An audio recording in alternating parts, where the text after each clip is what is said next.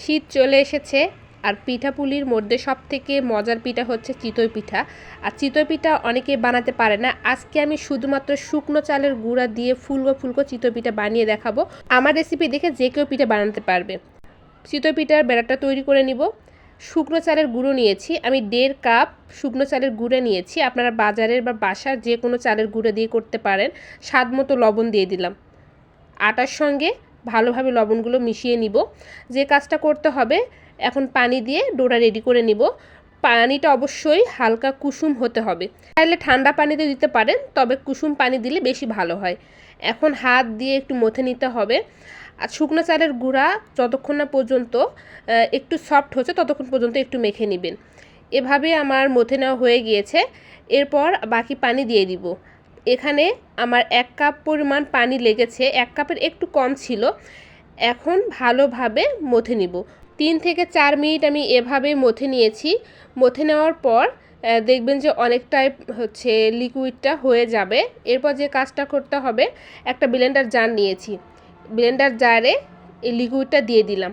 পিঠার লিকুইডটা দেওয়ার পর ঢাকনা দিয়ে আমি 2 মিনিট ব্লেন্ড করে নিব। ঘড়ি ধরে 2 মিনিট ব্লেন্ড করে নিয়েছি। ব্লেন্ড করা হয়ে গেলে বাটিতে দিয়ে দিব।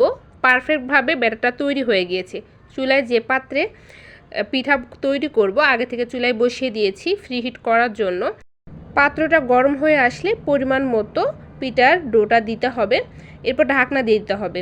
আর সুন্দরভাবে ফোলার জন্য সাইড দিয়ে একটু পানি দিতে হবে। হাত দিয়ে ঘুরিয়ে ঘুরিয়ে সাইড দিয়ে আমি পানি দিয়েছিলাম। দেখতেই পাচ্ছেন কতটা ফুলকো হয়েছে। পানি দিলে সুন্দরভাবে ফুলতে সাহায্য করে। অসংখ্য ছিদ্রযুক্ত ফুলকো পিঠা হয়ে গিয়েছে। আপনারা দেখেই বুঝতে পেরেছেন কতটা সুন্দর হয়েছে। একইভাবে আমি আরও একটা পিঠা বানিয়ে নিব।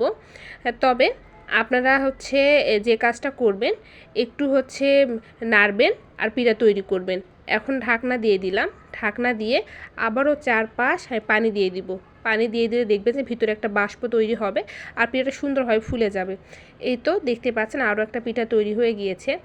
এরপর উঠিয়ে নিব। আর অনেক সময় উঠতে চায় না, আপনারা করবেন কি নিচের অংশটা একটু সময় দিবেন। সময় দিলে এমনি থেকে উঠে যাবে। যখন নরম থাকবে নিচের অংশ উঠতে যাবে না। ফুলকো ফুলকো পিঠা হলে অনেক ভালো লাগে আর মনে হয় যে পিঠা তৈরিটা সাকসেস। দেখতে পাচ্ছেন আমি এখানে সবগুলো পিঠা বানিয়ে নিয়েছি। আপনারা যারা নতুন রয়েছেন, যারা প্রথম পিঠা তৈরি করবেন, তারা আমার recipe A to Z follow করবেন। দেখবেন যে পিঠা 100% ফুলবে। আর এই পিঠা যদি আপনারা রসে ভিজাতে চান তাহলে সুন্দরভাবে ভিজানোও সম্ভব। আর রেসিপি ফলো করে যে কেউ এই পিঠা বানাতে পারবেন, কোনো রকম ফেল্ট হবেন না। তবে একটু ভেঙে দেখায় আপনাদের যে ভিতরে ঠিক কেমন হয়েছে। দেখতেই পাচ্ছেন কতটা সুন্দর হয়েছে আর ভিতরটা অনেক নরম হয়েছে। ব্লেন্ড করার কারণে অনেক তুলতুলে হয়েছে পিঠাগুলো। আর পিঠা খাওয়ার জন্য অবশ্যই ভর্তা প্রয়োজন। আমি এই ভর্তাটা বানিয়েছি। এই ভর্তার রেসিপি কোনো এক সময় আপনাদের সঙ্গে শেয়ার করব। তবে ভর্তা দিয়ে পিঠা খেতে ভীষণ মজা লাগে। আজকে এই পর্যন্তই। ভালো থাকবেন, সুস্থ থাকবেন। আল্লাহ হাফেজ।